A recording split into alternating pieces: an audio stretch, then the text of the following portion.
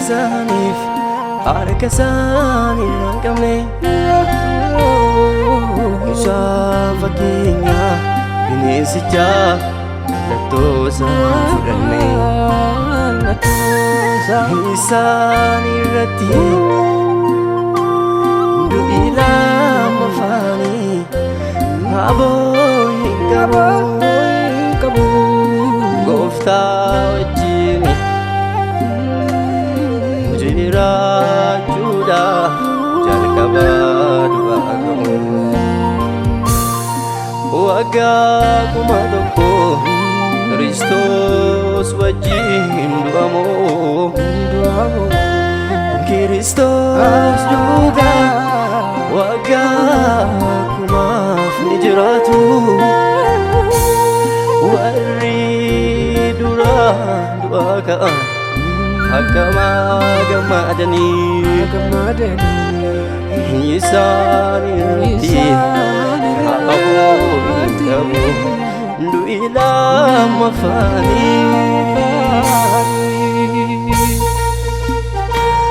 La la la la la la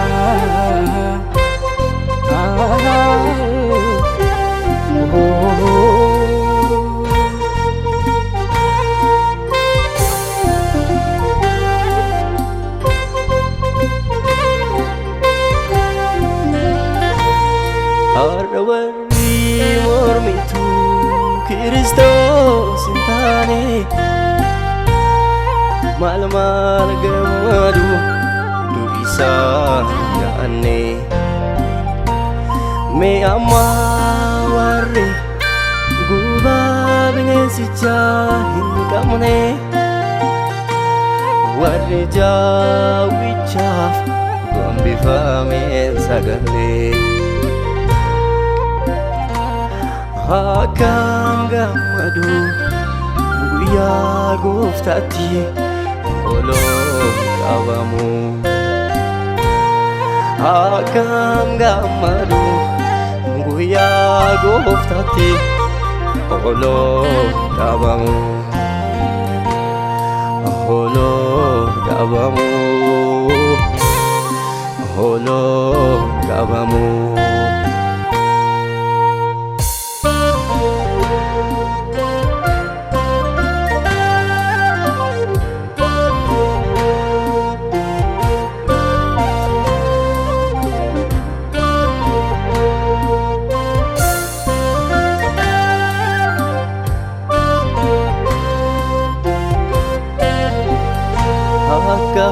Karamiti kama Injijira mahundu Inni laluni Bermaaf saganu Hundu jalina Duaf mukau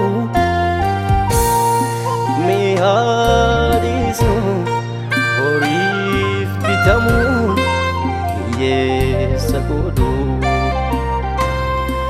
Makawan kamnufi Ya jiruti Bikila golu Mehade binu Sakana mehadifnu Jirej guftanala Oma wa imbazu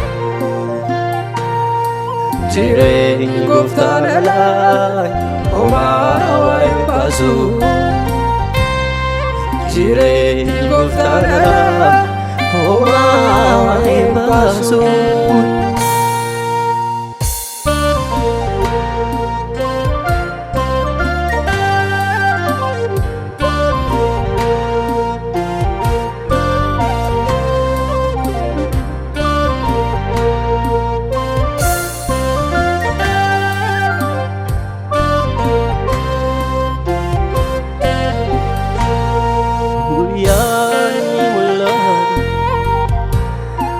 guyyaan akka biddaa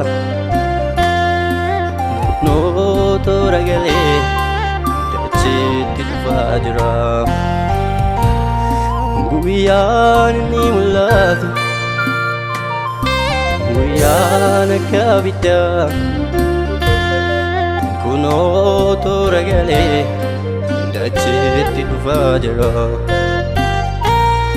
Baadiyyaa magaalaa kamalateen ba'a jajjaba daadara keessaa ol baasarra. Jajjaba daadara keessaa ol baasarra. Warra gubadda isaaniif harka isaanii hin qabne isaan fakkeenya bineensichaa mallattoo isaan fudhanne. Isaan irratti du'i lama faanii aboo hin qabu. Gooftaa wajjin jiraachuudhaaf jalqabaa du'aa ka'u. Waggaa 1,000 Kiristoos wajjin du'amoo Kiristoos duugaa waggaa 1,000 ni jiraatu.